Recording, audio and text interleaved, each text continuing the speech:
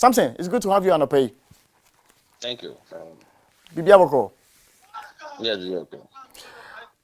Budget our finance minister be ready, more expectations anything. Well, we look forward to see a budget that would bring hope to Ghanaian people. Budget that Ghanaian people will say, well, we slept hunger yesterday, but tomorrow we shall eat. That is hope to put in the faces of Ghanaians. We look forward to see a budget that will bring investors' confidence, restore investor confidence. As we speak now, investors are pulling out of the country. Business community who are not national by Ghanaians, by nationality, are closing down their businesses because things have not been well for some time now. We look at our inflation is very scary. We look at our what do you call it? Our inflation, our currency, our interest rate, and the cost of doing businesses as a general, transportation cost because of fuel prices have all gone up. People are month by month basis from 2022 January till date. Many companies are making losses of revenue, over 40% month by month each, and people profit is gone. Just leverage their capital, and that is why you see everywhere there's agitation. And so the government would have to come with policy, budgetary statement that would bring some level of sanity, that will tell us how they are going to control the fiscal policy, how they are going to bring down inflation going forward, how they are going to bring down interest rate, how they are going to woo investors more back to the country, and what have you. We will be expecting a budget that, of course, for the past 7 years or 6 years in this government, the Ghanaian business community have suffered a lot in terms of taxes. Unfortunately, they told us that they were coming to move from taxation to production. And in government for the past 60 years, we've seen the other side of government not really pushing the agenda of the industrialization on the business community as they promised, but rather saw a huge taxes introductory in the system. And so it's a challenge, and we all hope to see what government can do to bring confidence to the business community. That's what I can say. All right, but quickly, you kept mentioning the word hope. But this hope, what is it premised on? Seeing that it's not as if government has folded its arms in the fight to stabilize the economy. There's been the effort at, clamping down these black market operators, the forex bureaus as well, the monetary policy rate adjustments and all. Do you still have the hope with all the steps that government has taken already, which are not really yielding the results we are expecting? Oh, I would say what the government is bringing, the measures that the government put so far are not good measures. I mean, in the sense that you cannot just take a measure when you have an empty home. I was expecting that a measure like the Bank of Ghana quite recently measures that says that they won't give forex to commercial banks to support their importers who will bring in commodities like rice, like frozen food, like tomatoes, paste, like cooking oil, and many of you. You ask yourself, what metric tons do you have those commodities with us as a country now, as we speak? If you take rice growers, what is the per metric tons? And if you take rice importers, how much do they bring to the country? You have to compare this and contrast, is that not it? Importers bring over 800,000 metric tons. Now it is over 800,000 metric tons. Are we producing 500,000 metric tons here locally? So we can say, okay, give the permit to people, importers can bring only the 300,000 metric tons to so on. But we can't knock our chest and say we have the 800,000 metric tons on the business community. We can't knock our chest and say that you have 500,000 metric tons. So why do you say that you won't give the dollar to the commercial bank to bring? In any case, For several years now that I came to industry, I have not seen any importer tell me that, yes, Bank of Ghana rate is always low. I go to Bank of Ghana and I got the rate from Bank of Ghana. Not at all. They still get it from the commercial banks, which is commercial bank get it from Bank of Ghana and trade with the public. Or you end up going to the black market. What the Bank of Ghana directive came to do is rather to even give more power, strengthen the black market, because the black market now know that, okay, if you are importer of frozen food that you used to go to your bank to get some dollars, now you won't get it, so you have to come to me. So now they would now determine. So if care is not taken, the rate at which you say that the rate has come down, it rather escalate as we speak now.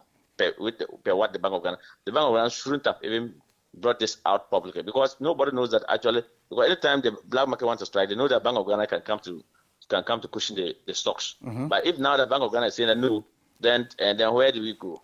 And these are food items. They are not something that you can easily take a drastic decision when you don't even have it yourself. If they were to have it, my outfit speak for import and export, isn't it? And so why won't I support such a policy? But I can tell you, if you quantify all the poultry farming to this country, by what metric tons can they produce to feed the country? It's not there.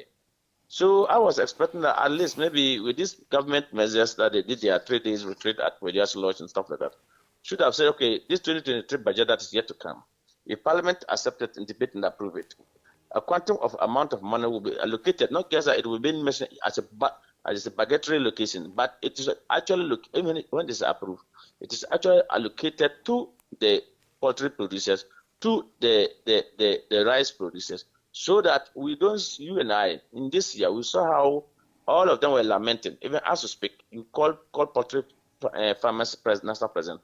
He will tell there's food now. Last year there was no food, but this year there's food. But it's costly.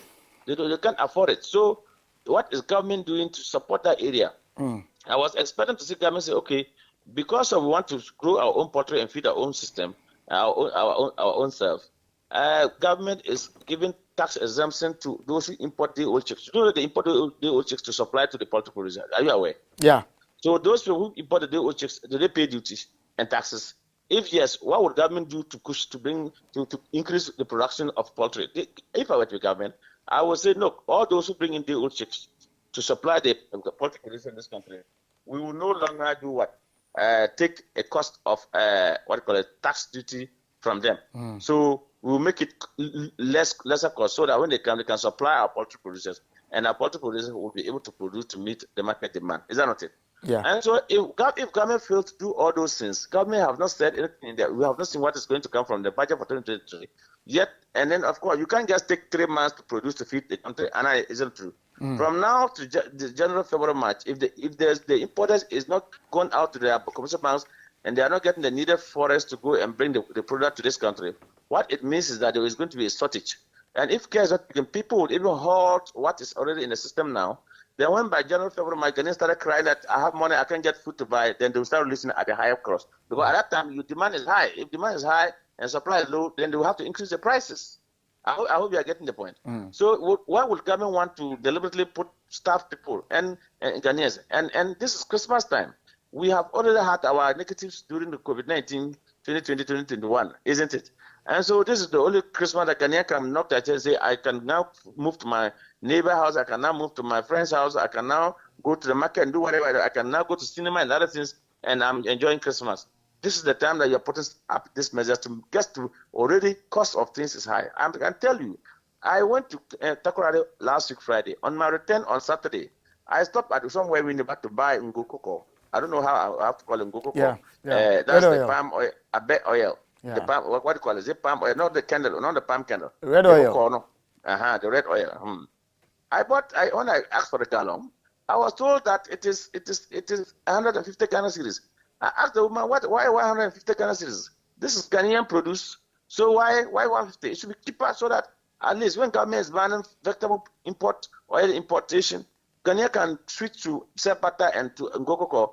If Ngokoko is 150 Ghana, and the woman was telling, look, if I don't buy from him, by the time I get to Accra, I'm going to buy at 200 or more. It is reality.